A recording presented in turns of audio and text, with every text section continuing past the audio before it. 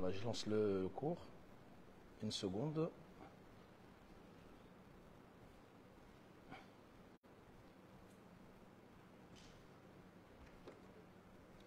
Voilà.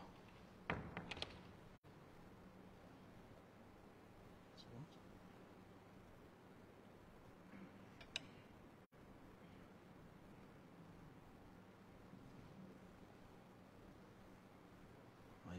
Bismillah. C'est bon.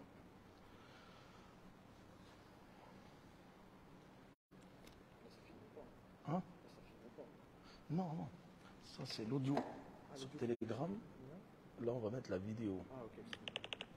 Tu vois, ça fait du son. Je sais pas pourquoi. Elle est où la vidéo là? Je vois pas la vidéo. Comment tu fais du coup si tu mets un Portrait. Non, tu peux pas faire une vidéo alors du coup si tu enregistres si tu fais un. Je sais pas si tu peux faire une vidéo. Ah oui, je peux pas, ouais, c'est vrai, c'est vrai. Tu regardes. Bon, معليش. Je t'enverrai la vidéo. Allez. إن الحمد لله نحمده ونستعينه ونستغفره ونعوذ بالله من شرور أنفسنا ومن سيئات أعمالنا من يهده الله فلا مضل له ومن يضلل فلا هادي له وأشهد أن لا إله إلا الله وحده لا شريك له وأشهد أن محمدا عبده ورسوله أما بعد.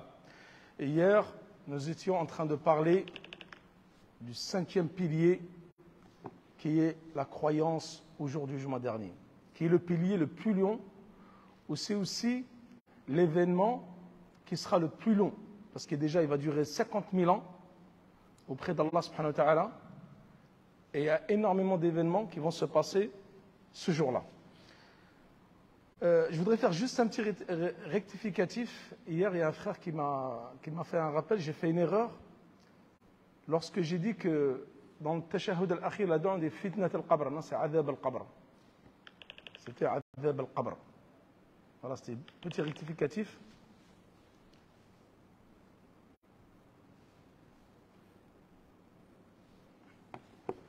Ensuite, j'ai dit hier, j'ai repensé qu'après, que la première personne qui va sortir de sa tombe, qui sera ressuscitée, c'était notre prophète sallallahu alayhi wa sallam. Non, en fin de compte, c'est Ibrahim alayhi salam.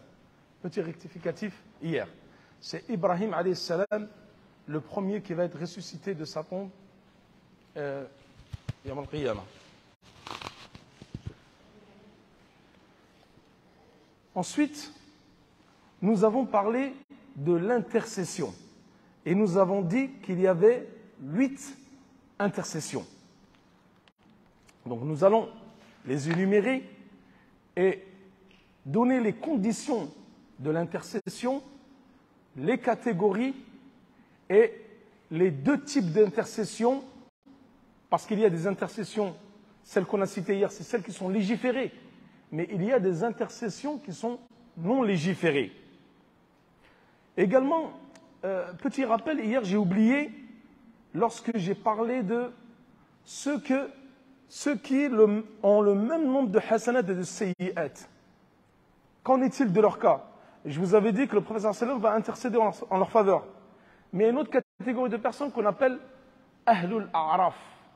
D'ailleurs, il y a une sourate qui leur est dédiée dans le Coran. C'est qui Ahlul A'raf? Ce sont des gens dont le nombre de hasanat et de sayyi'at, c'est-à-dire bonnes actions et mauvaises actions, sont d'égal à égal. Donc c'est là. Qu'en est-il de leur... Ni ils vont aller directement au paradis, ni directement en enfer. Ils vont s'arrêter sur un mont près du paradis, qu'on appelle Al-A'raf. C'est un petit mont. Et là, ils vont attendre jusqu'à ce que Allah subhanahu wa ta'ala il leur permette d'entrer au paradis. Donc ça, j'avais oublié de le préciser hier. Donc les 8 types d'intercession. On avait dit la première grande intercession, et celle-là, elle est exclusive pour le prophète sallallahu alayhi wa sallam. Ash-shafa'atul uzma. Ensuite, il y a l'intercession auprès des gens dont les bonnes œuvres ou les bonnes actions sont équivalentes aux mauvaises. Cela également, le prophète sallallahu alayhi wa sallam va intercéder en leur faveur. Et il y a aussi l'intercession auprès d'un peuple ou d'un groupe à qui il a été ordonné d'entrer en enfer, de ne pas y rentrer. Donc le prophète sallam va intercéder pour eux pour qu'ils n'y rentrent pas. Et il y a aussi le quatrième type d'intercession, c'est l'intercession auprès de certaines personnes qui entrent au paradis sans jugement. Sixième type d'intercession, c'est l'intercession auprès des gens qui ont commis des grands péchés, parmi les musulmans qui seront en enfer, pour qu'ils en sortent. Donc nous l'avons déjà dit, parmi les gens, les croyants monothéistes, il y en a qui vont rentrer directement au paradis le jour du jugement dernier, sans châtiment, parce qu'ils seront venus avec le monothéisme concrétisé, parfait, non entaché de shirk, ni de petit politisme, ni d'actes de mécréance ou de grands péchés. Ces gens-là, ils rentreront directement au paradis. Mais il y a l'autre type de musulmans, de croyants, qui sont venus avec un monothéisme, amoindri et non parfait, parce qu'ils auront commis peut-être des actes de désobéissance, des péchés majeurs, peut-être des innovations. Et cela, le prophète sallallahu alayhi wa sallam va pouvoir intercéder en leur faveur pour qu'ils puissent sortir de l'enfer. Il y a également une intercession qui est spécifique. Il y a des interférences, je ne sais pas pourquoi.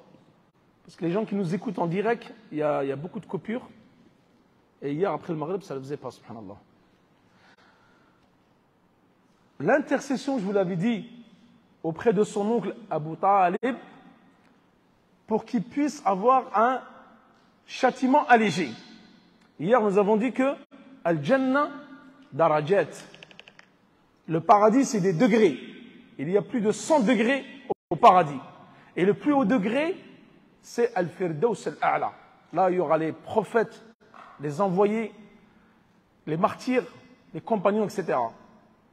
Et il y a dans l'enfer qu'on appelle des darakats, c'est-à-dire degrés mais en dessous.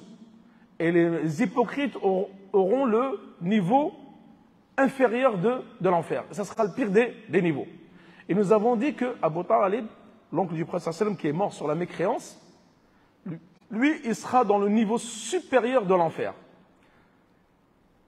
Comme قال النبي صلى الله عليه وسلم هو في ضحضاح جهنم. Dahdah, c'est quoi? C'est, par exemple, c'est juste quand vous allez à la mer, près de la plage, il y a un tout petit peu d'eau. L'eau, par exemple, elle va vous arriver à la cheville. C'est ça le dahdah. En enfer, ça sera pareil.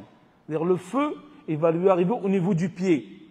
Et il sera vêtu de 2 souliers d'enfer, de feu, pardon. Et sa cervelle sera en train de bouillir.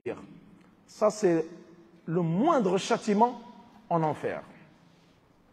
Et la dernière intercession, ça sera l'intercession auprès des gens du paradis pour qu'ils y rentrent. Il y a 3 types d'intercession parmi les 8 qui sont exclusives pour le prophète sallallahu alayhi wa sallam. Et les autres types d'intercession, il y a les autres prophètes qui peuvent y contribuer, participer à cette intercession. Ils pourront intercéder auprès des musulmans et des croyants, les anges également, as-salihin, les pieux, wal-atfal, et les enfants.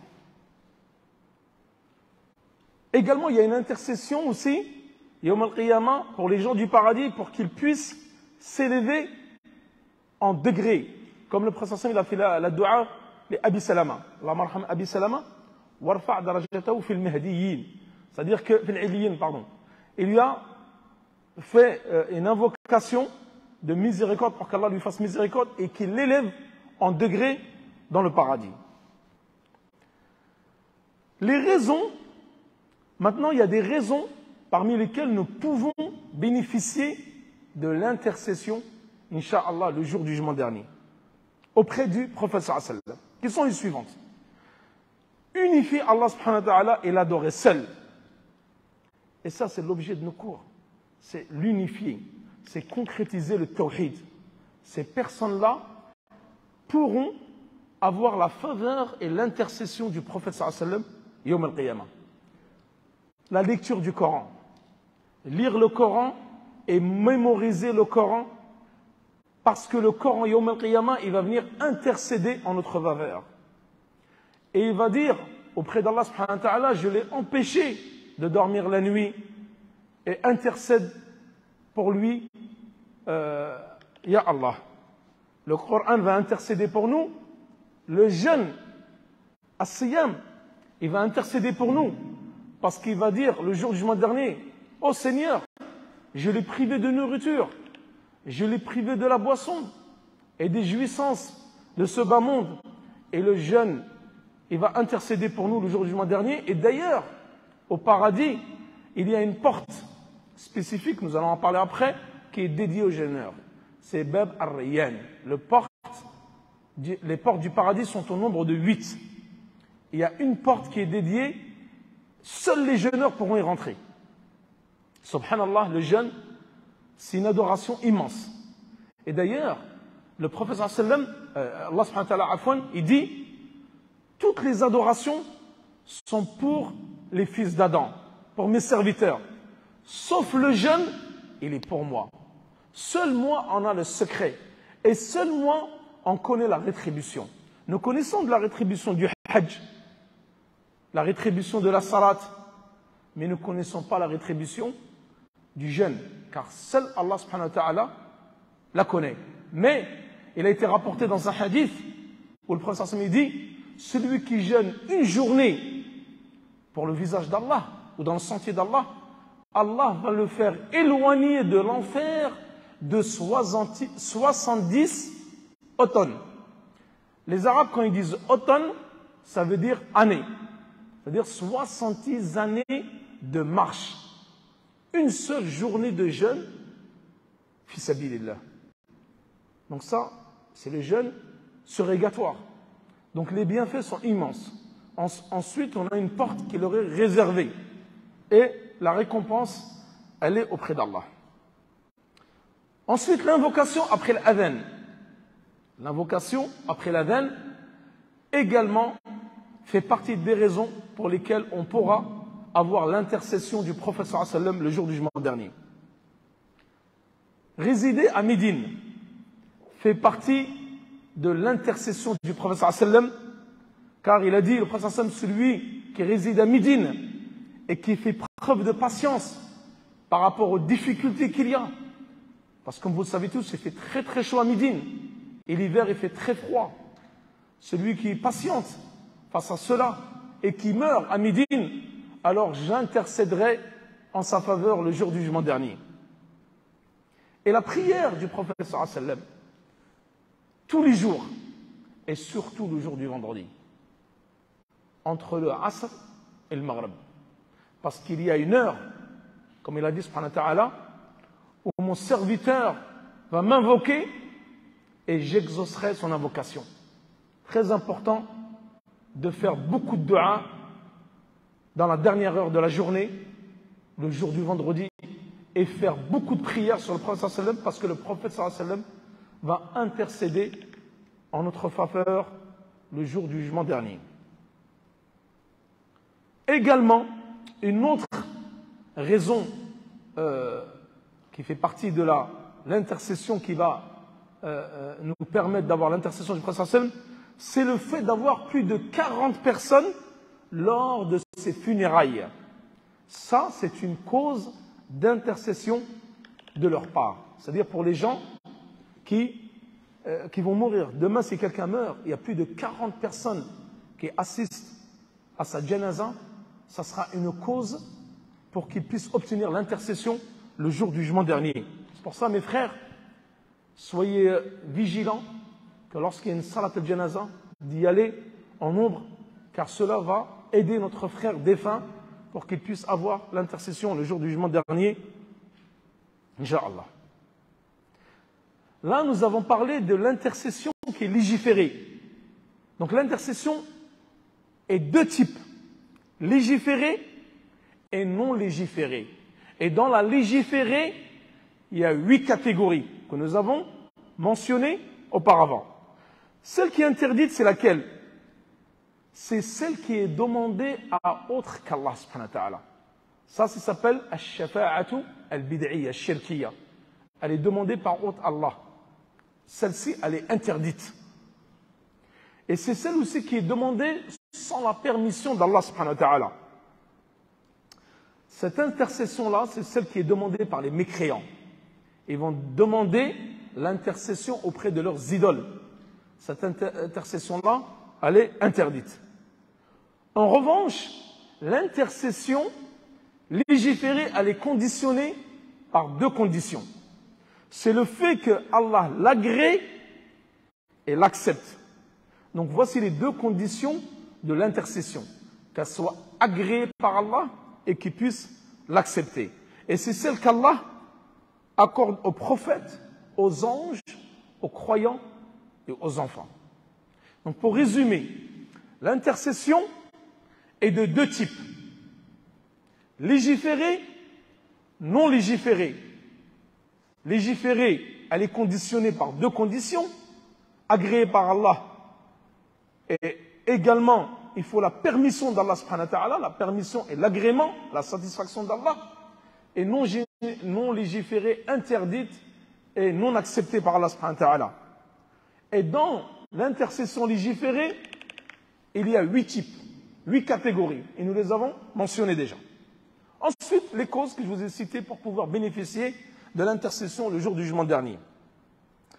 Après la Shafa'a, par ordre chronologique des événements qui vont se produire le jour du jugement dernier, un jour extrêmement long, 50 000 ans auprès d'Allah,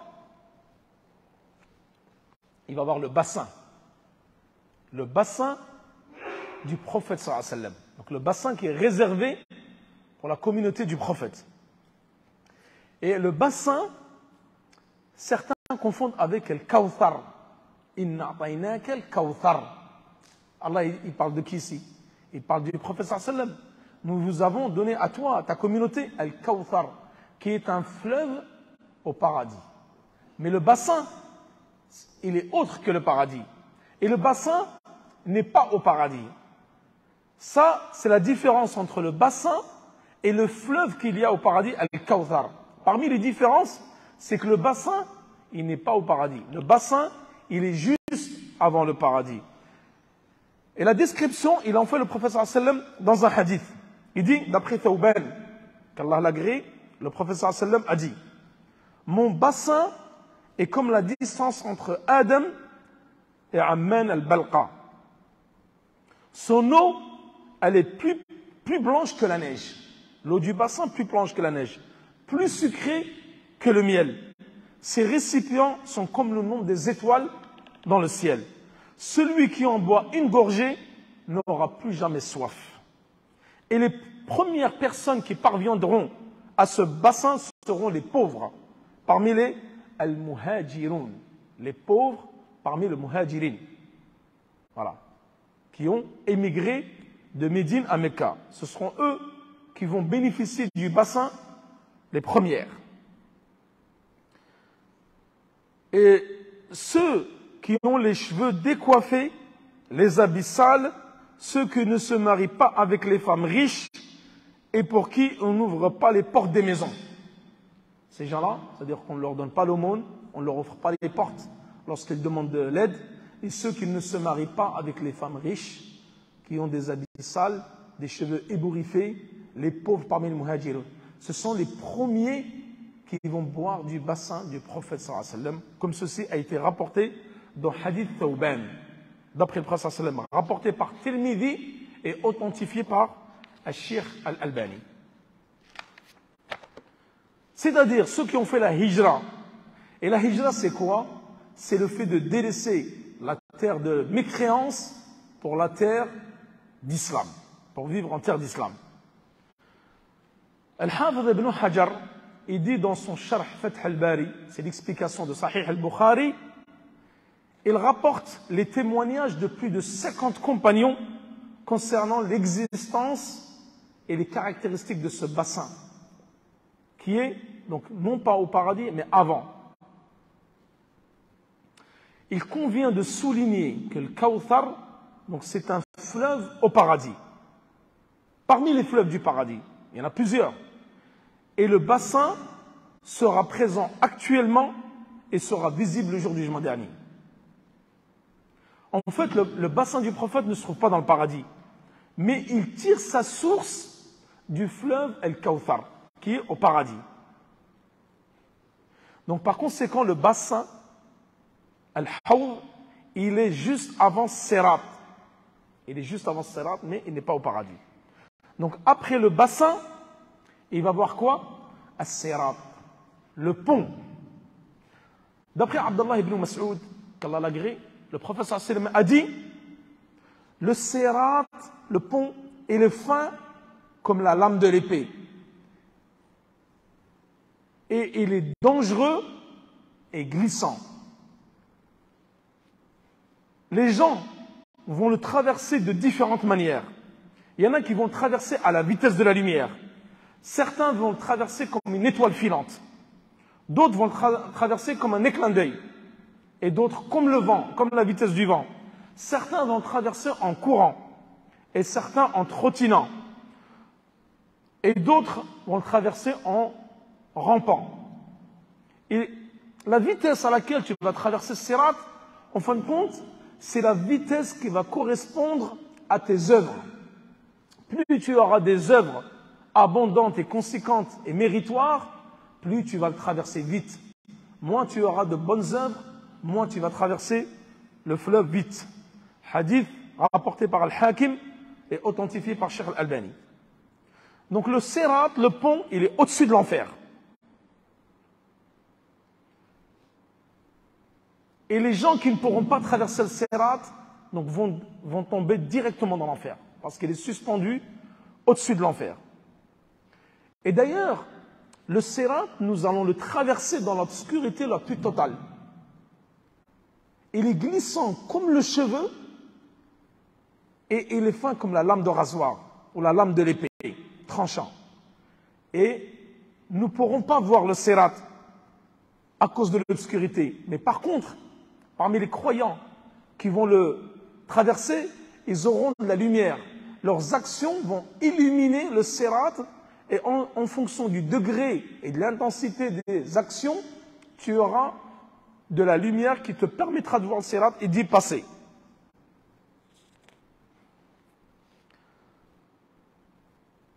Donc plus les actes étaient bons dans cette vie-là, plus la lumière sera grande. Il y a des personnes, tellement les actes ils étaient minimes, il y a juste l'orteil de leur pied qui va les éclairer. Ils auront une petite lumière au niveau de l'orteil de leur pied qui va pouvoir les éclairer pour pouvoir traverser le Sirat. Le prophète sallallahu alayhi wa sallam dit, Allah exalté, Allah béni exalté rassemblera les jours de la résurrection les gens. Les croyants se lèveront et le paradis leur sera rapproché. Ils iront trouver Adam et ils diront, ô Père, demande qu'on nous ouvre l'accès au paradis. Elle répondra alors, qu'est-ce qui vous a fait sortir du paradis? Ça c'est un long hadith, je vais le lire. Si ce n'est un péché commis par votre père. Parce qu'ils vont aller voir Adam pour intercéder auprès de sa mère. Il a dit, je suis sorti du paradis, donc je ne pourrai pas vous faire rentrer au paradis. Je ne suis pas digne de cela. Adressez-vous plutôt à Ibrahim alayhi salam, Khalilullah, l'ami intime d'Allah. À savoir que le prophète sallallahu alayhi wa sallam également c'est l'ami intime d'Allah. Ils iront alors voir Ibrahim. Ce dernier dira, je ne suis pas digne de cela. Allez plutôt trouver Moussa, celui à qui Allah a parlé directement. Parce que Moussa, on dit Ibrahim alayhi salam, Khalilullah, et le prophète sallallahu alayhi wa sallam également. Et on dit que Moussa, Kalimullah. Mais le prophète sallallahu alayhi wa sallam également Kalimullah. Parce que le prophète, comme on l'a dit hier, c'est le meilleur des messagers. Il est mieux que Ibrahim, il est mieux que Moussa.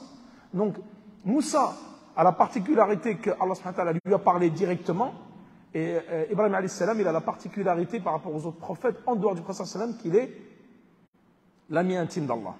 Il a dit, je ne suis pas digne de cela. Adressez-vous plutôt à Isa. Ruh min arwah Allah. Il a dit, je ne suis pas digne de cela. Adressez-vous, ils iront alors trouver le prophète sallallahu alayhi wa sallam.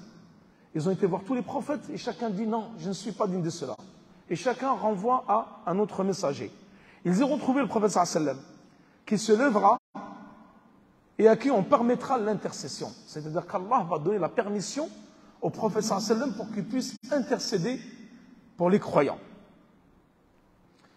Le premier d'entre vous traversa ce pont, et là le prophète il dit, le dépôt et les liens de parenté, c'est-à-dire le sirat, de chaque côté il y a le dépôt, al-amana, wa silat al-rahim, c'est-à-dire les liens de parenté. Ils seront de chaque côté du pont, as-sirat. Le premier d'entre vous traversera ce pont à la vitesse de l'éclair.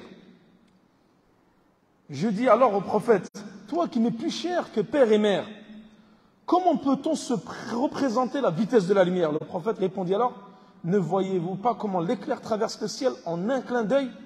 Le suivant traversera ensuite le pont à la vitesse du vent, un autre à la vitesse de l'oiseau, et la vitesse à laquelle les hommes traverseront le pont sera en fonction de leurs œuvres, comme je l'ai dit tout à l'heure, et donc ça c'est dans un hadith.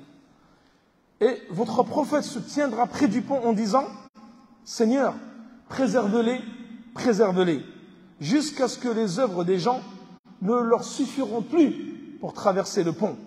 C'est alors qu'un homme ne pourra avancer qu'en rampant. Et de chaque côté du pont, il y aura quoi? Il y aura des crochets, des grosses pinces tranchantes, avec des crochets de chaque côté, qui vont venir accrocher les gens qui passent sur le pont. Et ces pinces, certains ils vont être griffés par ces pinces tranchantes. Ils vont être griffés. Certains pourront en réchapper, mais d'autres seront jetés et entassés dans l'enfer. Il a dit le prophète sallallahu alayhi wa sallam, par celui qui détient l'âme d'Abu Huraira dans sa main, la profondeur de l'enfer équivaut à une distance de 70 années de marche. C'est un hadith qui a été rapporté par Muslim dans Riyad Salihin. Ici, il convient de noter qu'il y a deux types de ponts. As-sirat al-hissi, c'est celui sur lequel on va passer le jour du jugement dernier, et as-sirat al-ma'nawi, c'est celui qu'on ne voit pas, qui n'est pas palpable, mais c'est celui sur lequel on est le jour dans cette vie-là. Qu'est-ce qu'on dit tous les jours, 17 fois par jour dans Surat al-Fatiha? Comme je l'ai expliqué hier, Ihdina sirat al-mustaqim. Guide-nous, raffermis-nous sur le droit chemin. Sirat al-mustaqim. Et sirat, c'est quoi? C'est la religion d'Allah subhanahu wa ta'ala. Et les savants, ils disent, celui qui a réussi à passer le sirat, c'est-à-dire le droit chemin dans cette vie-là, il passera aisément le sirat le jour du jugement dernier.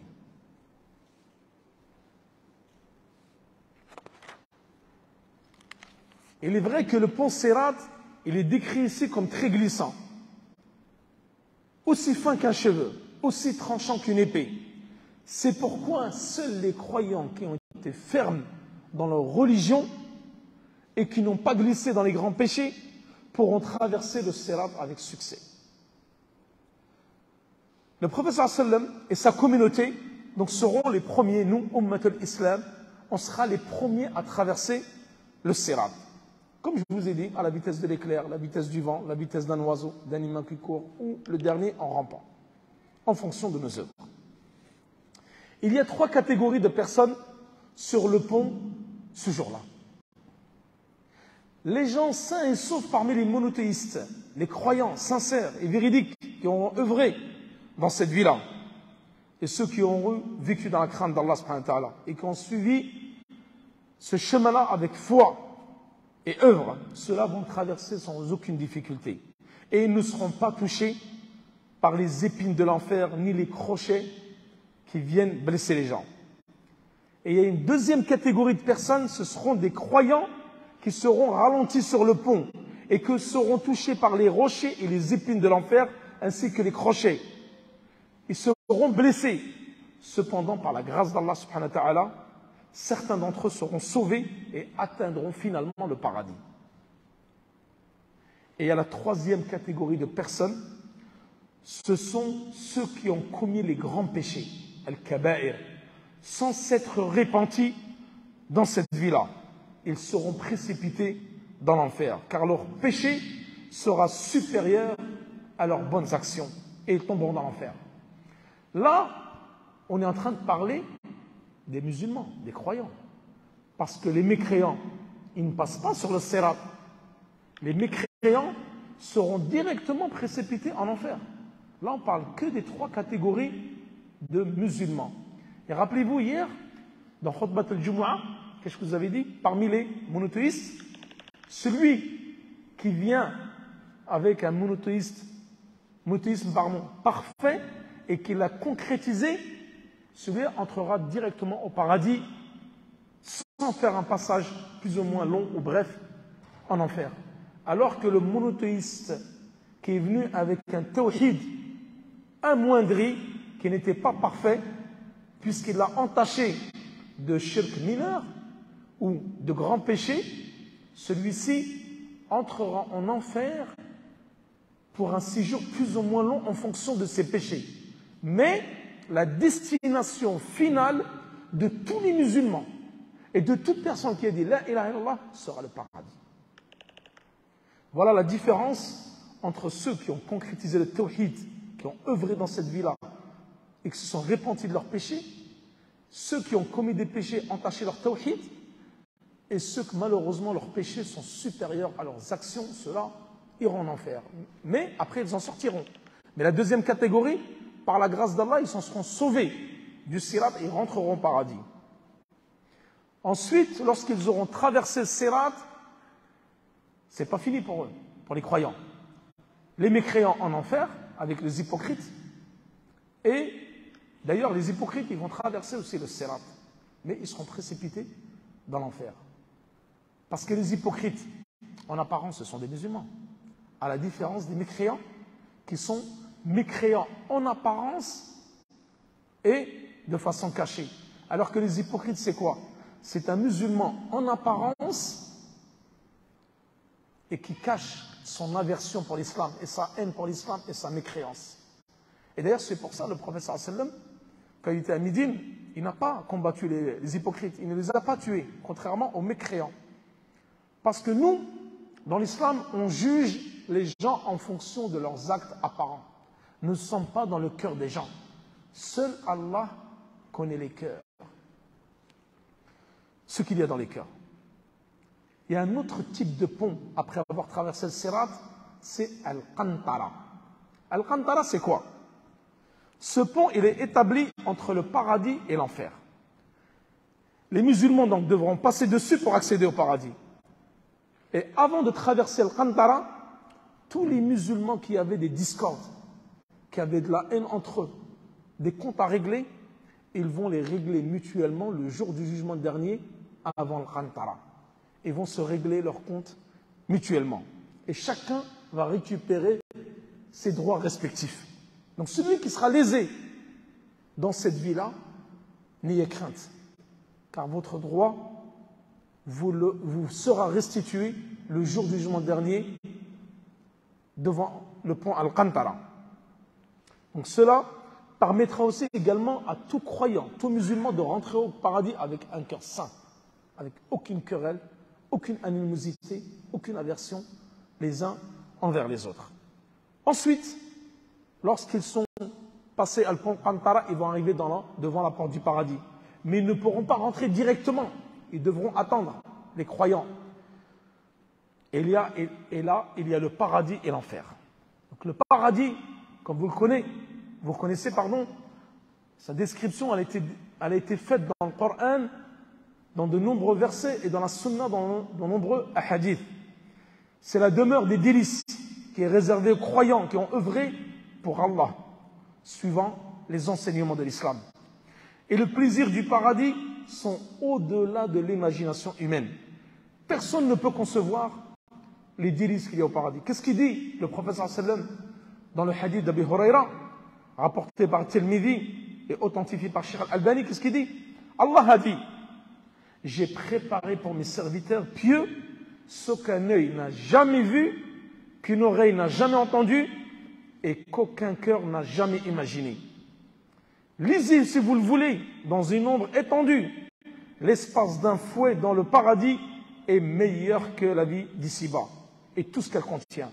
Lisez, si vous le voulez, quiconque est écarté du feu et rentre au paradis a certes réussi. Hadith rapporté par Tirmidhi, authentifié par Al-Albani.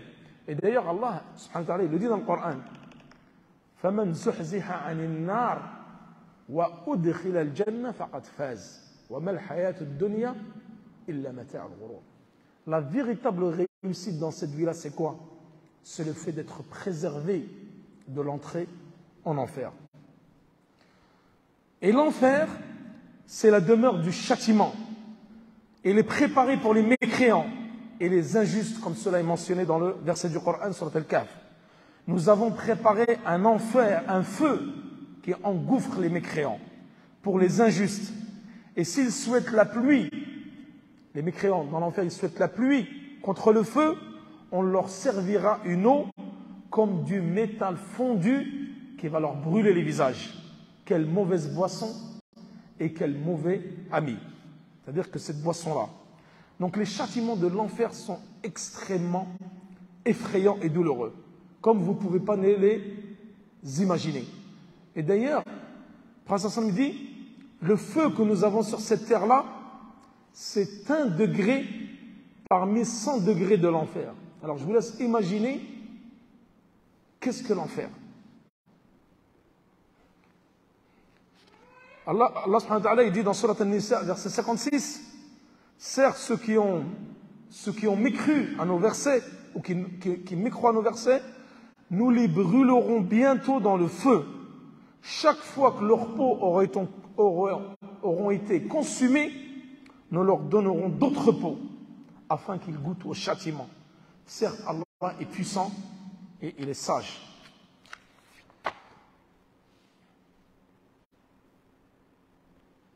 Allah subhanahu wa ta'ala, il décrit le châtiment dans l'enfer comme étant constant, c'est-à-dire qu'il n'arrête jamais pour l'éternité, avec des souffrances qui se répètent sans fin. Les peaux, elles vont se brûler, Allah il va te recréer une nouvelle peau et il va te brûler. Et sans cesse comme ça, pour l'éternité, sans aucune fin. Et Allah subhanahu wa ta'ala, qu'est-ce qu'il dit dans Surat Ali Imran, verset 131? Et craignez le feu préparé pour le mécréant.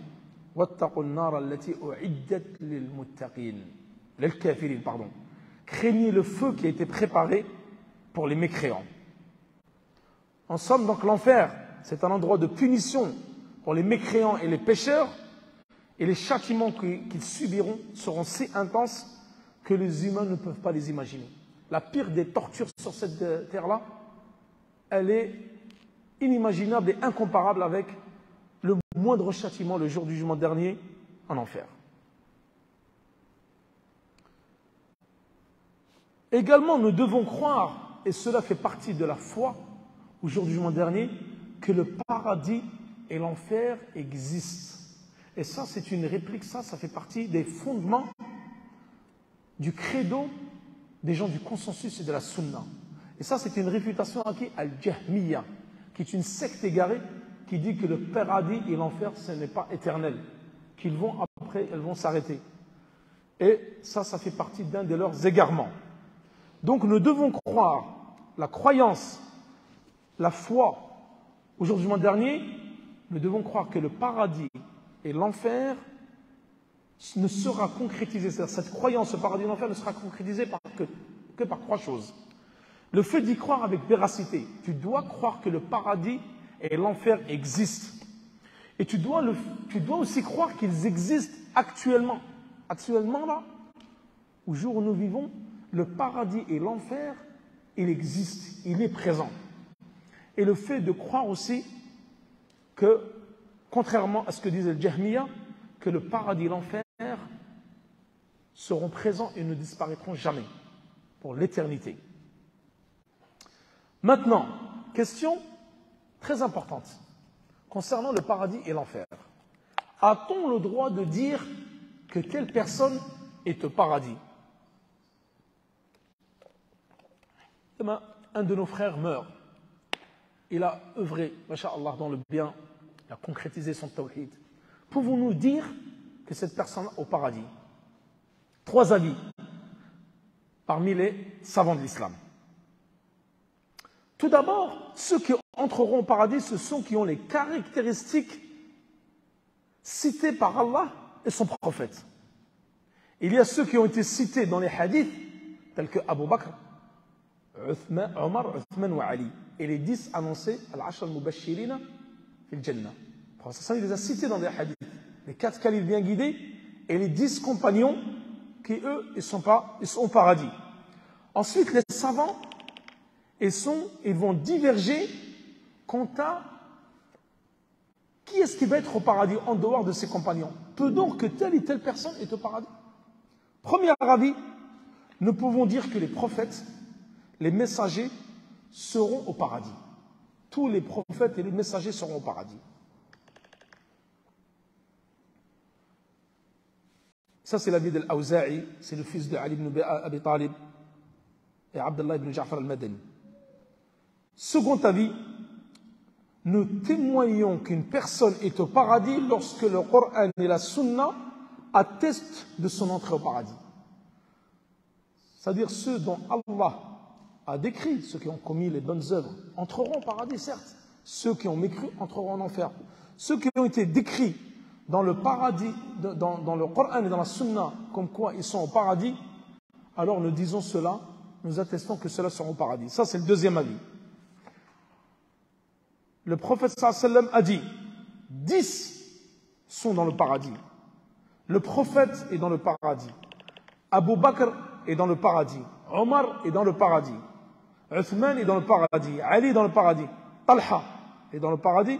Zubayr ibn al-Awwam dans le paradis. Abu Ubayd ibn al-Jarrah il est au paradis. Abdurrahman ibn Auf il est au paradis. Il a dit, et le 10e, je ne veux pas vous le dire. Ils ont insisté pour le savoir en lui demandant par 2 fois, qui est-ce? Et c'est la première fois qu'il s'est tué. Et la deuxième, il a répondu, c'est Saïd ibn Zayd. Ibn Zayd. Donc là, le professeur Sam, il a décrit ces gens-là comme étant au paradis. Donc, nous devons attester qu'ils sont au paradis. Et également, dans d'autres hadiths, comme celui que j'ai cité hier, 70 000 entreront au paradis sans jugement ni châtiment. Lorsque le professeur Sam a dit qui c'était, il y a un compagnon qui s'est levé. C'est Ukasha. Qu'est-ce qu'il a dit? Il a dit, oh professeur sallam, demande à ton Seigneur que je fasse parmi les gens du paradis. Je fasse partie parmi les gens du paradis. Il a dit, Anta minhum. Tu fais partie des gens du paradis. Donc là, le professeur sallam, dans ce hadith, il a certifié qu'il faisait partie des gens du paradis. Ensuite, il y a un deuxième compagnon qui s'est levé. Il a dit, oh Allah, demande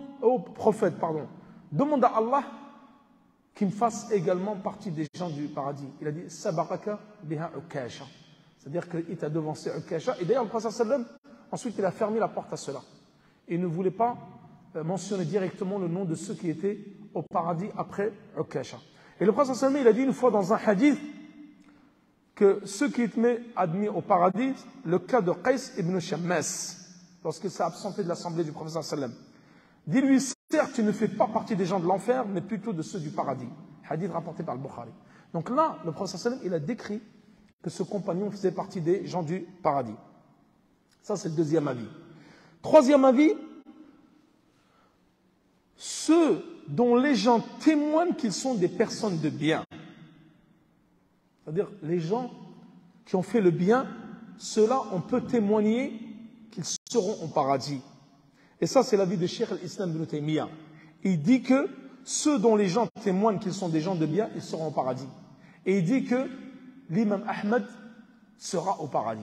Donc ça, c'est l'avis de Cheikh al-Islam ibn Taymiyyah. Donc là, nous avons fini en ce qui concerne le 5e pilier de la foi. La foi au jour du jugement dernier. Nous allons maintenant attaquer le dernier pilier, la croyance au destin, qu'il soit favorable ou défavorable. Et la preuve en ce qui concerne cela, elle réside dans quoi? Le destin favorable, nous avons dit dans le hadith de Omar ibn Khattab, qu'on appelle également hadith Jibril, wa an tu'mina bil qadari khayrihi wa sharrihi, que tu crois, comme il a dit le prophète à Jibril, que tu crois au destin favorable ou défavorable. Et fait partie de la foi et de la bonté pieuse et de croire en Allah. Ça, c'est une autre preuve. Dans le Coran, nous avons dit la preuve dans la croyance au destin. Elle est dans le hadith de Omar ibn Khattab avec Jibril ici, et aussi dans le Coran, dans Surat al-Baqarah. ليس البر أن تولوا وجوهكم قبل المشرق والمغرب ولكن البر من آمن بالله واليوم الآخر والملائكة والكتاب والنبيين ودليل القدر إن كل شيء خلقناه بقدر. C'est-à-dire que toute chose, nous avons créé toute chose avec mesure. Ça, c'est une preuve que le qadar, nous devons y croire. Donc la croyance au destin fait partie de la foi également. Dans la croyance au destin, il y a deux termes qui se ressemblent et que chacun a une signification particulière. C'est al-qada ou al-qadar, le décret et la prédestination.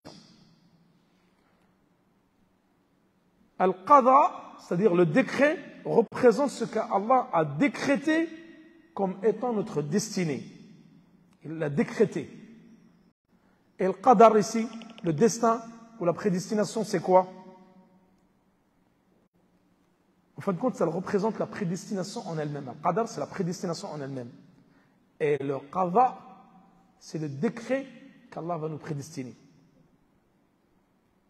En fin de compte, plus concrètement, al-qada, il est considéré comme l'exécution du destin préétabli par Allah.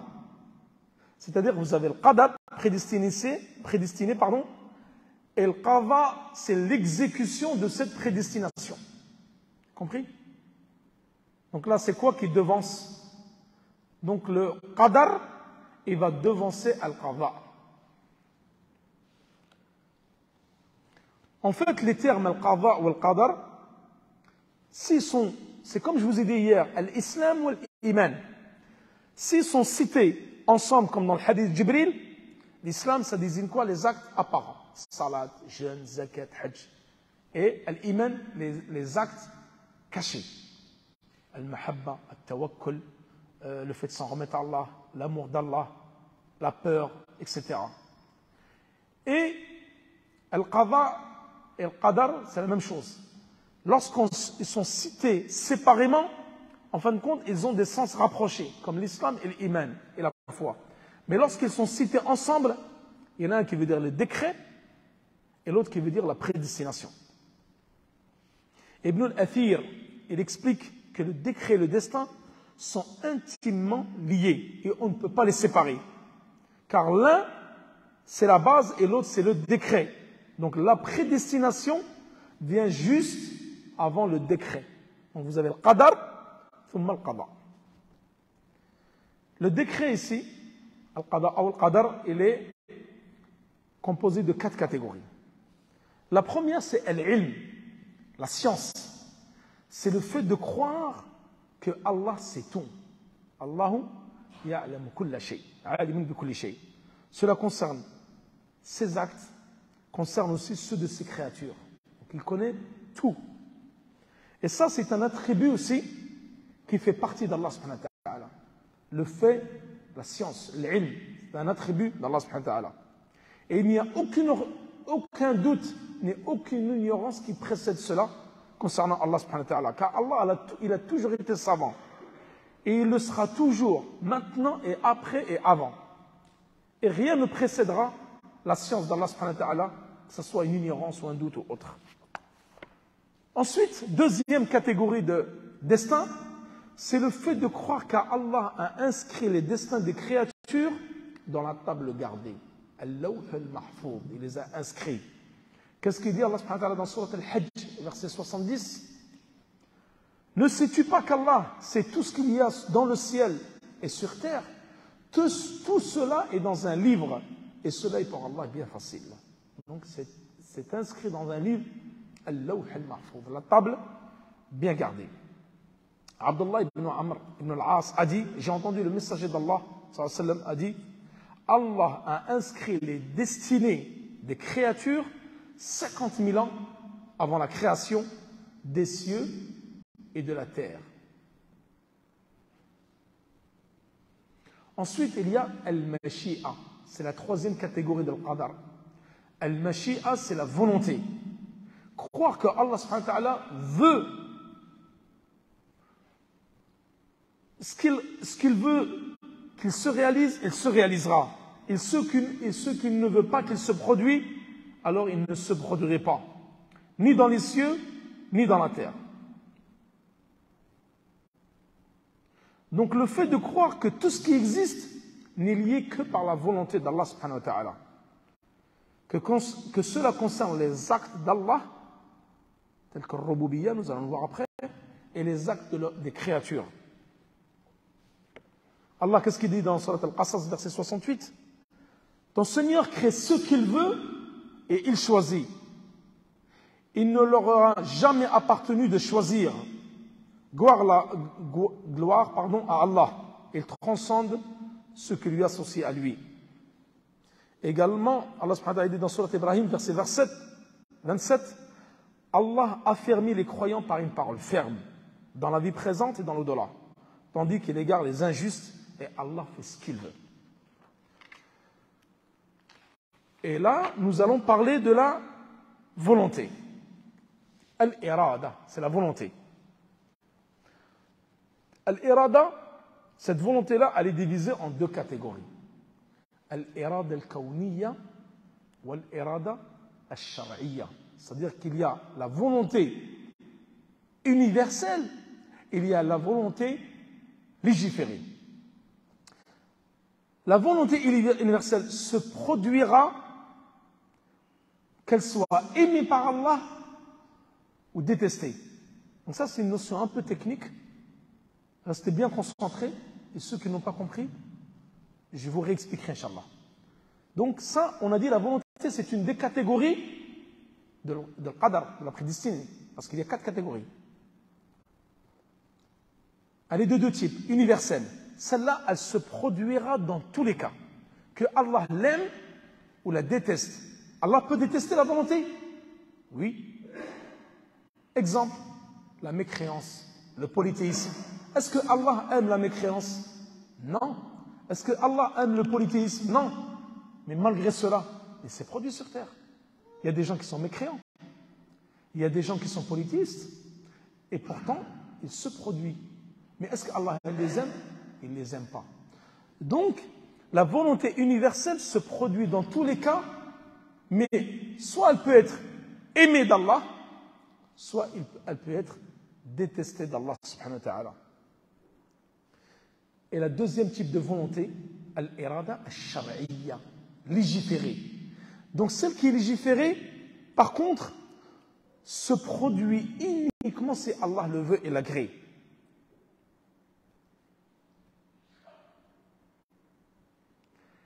Et elle peut se produire et ne pas se produire, mais elle est toujours aimée d'Allah subhanahu wa ta'ala. C'est-à-dire que la volonté légiférée et aimée d'Allah, celle-là, elle se produit, mais elle peut ne pas se produire. Vous voyez la différence? La volonté universelle, elle se produit dans tous les cas. Dans tous les cas. Et elle peut être aimée d'Allah ou elle peut être détestée. Celle qui est détestée d'Allah, c'est quoi? C'est tel que la mécréance, tel que les péchés, tel que le polythéisme. Ça, c'est une volonté universelle. Allah l'a décrété. Mais Allah, il ne l'aime pas. Et nous disons que Allah, subhanahu wa ta'ala, il a créé la maladie. Il a créé la mort. Il a créé toutes choses. Mais il y a des choses qui ne sont pas aimées d'Allah, mais il les a quand même créées pour une sagesse que nous ne connaissons pas. Mais celle qui est légiférée, c'est quoi? C'est telle que la foi, telle que Iman Abu Bakr. Ça, c'est une foi, c'est une volonté qui est légiférée. Et elle s'est produite. Donc elle est universelle et légiférée. Et Allah subhanahu wa ta'ala, il aime la volonté légiférée. Elle est toujours aimée d'Allah subhanahu wa ta'ala. On l'appelle également la volonté légiférée, al-mahabba. Et la volonté universelle, on l'appelle al-mashi'a. Donc il y en a une, donc universelle, elle se produit toujours, c'est al-mashi'a. Il y a la volonté légiférée, elle peut ne pas se produire. Je vous donne un exemple. la foi de Abu Jahl, est-ce qu'elle s'est produite? Est-ce que Abu Jahl, il a cru en Allah subhanahu wa ta'ala? Il n'a pas cru. Donc là, nous disons que la volonté universelle, elle a eu lieu. Parce qu'il a mécru. Mais la volonté légiférée n'a pas eu lieu. Pourquoi? Parce qu'il n'a pas cru en Allah subhanahu wa ta'ala. Et la dernière chose, dernière catégorie de la prédestination, c'est le fait de croire que tous les êtres sont créés par Allah subhanahu wa ta'ala. Tous les êtres sont créés par Allah, qu'il s'agisse de leur entité, c'est-à-dire nous, Allah nous a créés, nos qualités, nos mouvements, mais il a également créé nos actes. Donc Allah a créé les humains et il a créé nos actes. Mais c'est quand même nous qui décidons de faire ces actes-là ou pas. Mais c'est Allah qui les a créés. Question. Est-il obligatoire pour le musulman d'être satisfait du décret d'Allah? Ar-rida bil-qadar. Est-ce que c'est quoi? C'est une obligation? C'est une recommandation? Là, nous allons décrire. Il y a 4 catégories de personnes. Le décret qui est légiféré, c'est-à-dire la volonté légiférée, concerne tout ce que Allah a ordonné. Et elle est obligatoire. Et il est aussi obligatoire d'être satisfait de cela. Exemple, Allah il vous a ordonné de prier. Il vous a ordonné de jeûner, de faire le pèlerinage, de l'adorer sans rien lui associer. Donc ça, ce que Allah a ordonné, donc c'est obligatoire de l'accomplir et tu dois être satisfait de cela. Tu dois être satisfait qu'Allah t'ordonne de prier, de jeûner, de l'adorer, etc. Et le décret universel, à l'opposé, il est divisé en 2 points. Décret légiféré, tu dois l'accepter et obligatoire de le mettre en pratique. Le légiféré, c'est le fait d'être satisfait des choses que l'on souhaite, comme la réussite, la richesse. Ça, c'est un décret universel. Et tu peux être satisfait de cela parce que tu le souhaites. Et il y a le décret qui comprend autre chose. C'est celui que l'homme ne souhaite pas. Tu peux ne pas souhaiter tel décret universel. Lequel? La pauvreté, la maladie ou la mort d'un proche. Est-ce que ça, c'est un décret que nous souhaitons? Nous ne le souhaitons pas. Mais tu l'acceptes comme il est. Et maintenant, nous allons parler des comportements à adopter lors d'un décret qui n'est pas souhaité. Quel est le décret qui n'est pas souhaité? C'est par exemple la mort d'un proche, la maladie, etc. Quelle est la position du croyant vis-à-vis de cette situation? Être en colère contre cela, cela est interdit. Comme par exemple, lorsqu'un proche meurt, les gens commencent à se griffer le visage, comme font certaines femmes, se déchirer les vêtements, se taper le torse, etc. Cela est interdit. Et ça fait partie des pires péchés. Et il y a le fait de faire preuve de patience, dès le premier instant. Un proche qui est mort, tu patientes et tu t'en remets à Allah. Cela est obligatoire. Et il y a le fait d'être satisfait du décret d'Allah. Ar-rida. Tu es satisfait de ce que Allah a décrété, tel que la mort d'un proche ou la maladie. Et cela est recommandé. Le fait d'être satisfait ici, c'est mustahab ar-rida. Mustahab face à la musiba. Et le dernier degré, c'est le degré le plus haut parmi les croyants, et peu de croyants peuvent atteindre ce degré, c'est le fait de remercier Allah subhanahu wa ta'ala pour ce décret universel, par exemple tel que la pauvreté, la maladie, la mort d'un proche. Tu remercies Allah subhanahu wa ta'ala qui t'a décrété ce décret universel. Et ça, seuls les croyants qui ont atteint le plus haut degré, qui pourront entrer dans cette catégorie de personnes.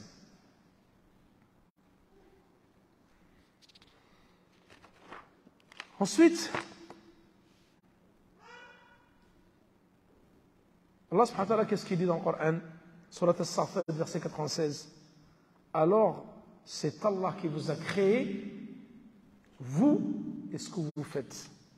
Wallahu khalaqakum wa ma ta'malun. C'est-à-dire Allah nous a créé, et il a créé aussi nos actes. Et ça, c'est une réfutation concernant deux sectes égarées dans l'islam. Al-Qadariyya ou Al-Jabriyya. Donc le Jabriyya, qu'est-ce qu'ils disent? Al-Jabriyya, ils disent que tout individu sait faire. Eux, ils disent qu'on n'a pas le choix.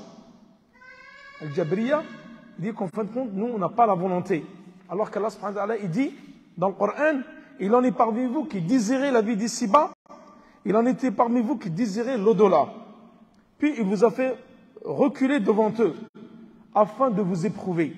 Et certes, il vous a ordonné, et Allah est détenteur de la grâce envers les croyants.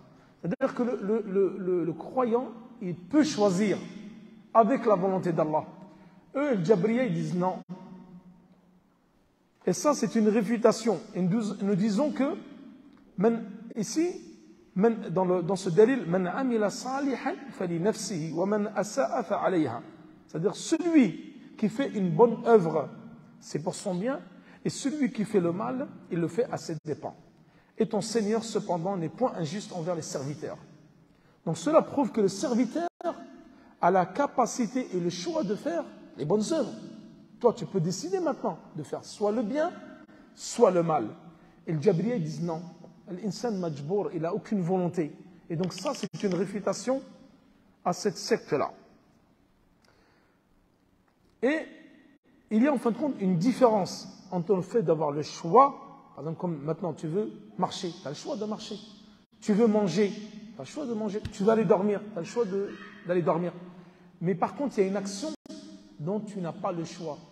Par exemple, demain tu roules en voiture, qaddarallah ma chaval, tu as fait un accident. Est-ce que tu l'as choisi? Tu ne l'as pas choisi. Ça, c'est une chose que tu ne maîtrises pas. Tu es tombé malade. Est-ce que tu as choisi de tomber malade? Non. Par contre, tu peux choisir de manger, de lire, de boire, de parler, etc. Ça, c'était concernant Jabriya et Al-Qadariya. Donc, l'action, Al-Amal, l'action du croyant, ne se produit que lorsqu'il y a trois éléments qui sont réalisés. C'est quoi? C'est la volonté de l'être. La volonté de vouloir faire cette action. Et d'avoir la capacité de la faire. Donc, la volonté de la faire, avoir la capacité et l'élimination de tout obstacle empêchant la réalisation de cette action. Par exemple, toi, demain, tu veux jeûner, tu as la volonté, tu as la capacité de jeûner, et qaddarallah, tu es tombé malade au dernier moment. Donc là, tu as un obstacle qui est venu t'empêcher de jeûner. Donc tu ne pourras pas la faire. Donc là, concernant al-iman bil-qadar, nous avons fini. Donc là, nous avons fini les 6 piliers de la foi. Là, il reste la 4e leçon, mais elle est très très longue. Donc celle-là, Inch'Allah, nous allons la garder pour après Salat al-Asr. Donc ça sera la partie longue où on va parler de les catégories de l'unicité. Aqsam al-Tawhid al-Thalatha, les 3 types d'unicité.